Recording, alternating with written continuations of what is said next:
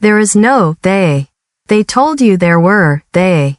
Who are they? Where do they begin? When did we decide their pain wasn't ours? We were taught to fear what is different. To build walls where there were once paths. To venerate symbols, flags, gods. Ideologies as if they were more sacred than a starving child.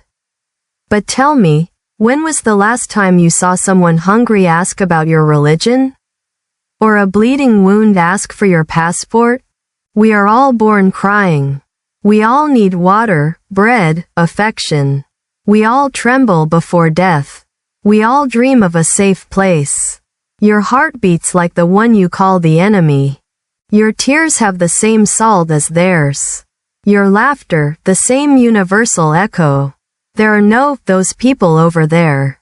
There is only us, human beings, fragile, magnificent, needing each other.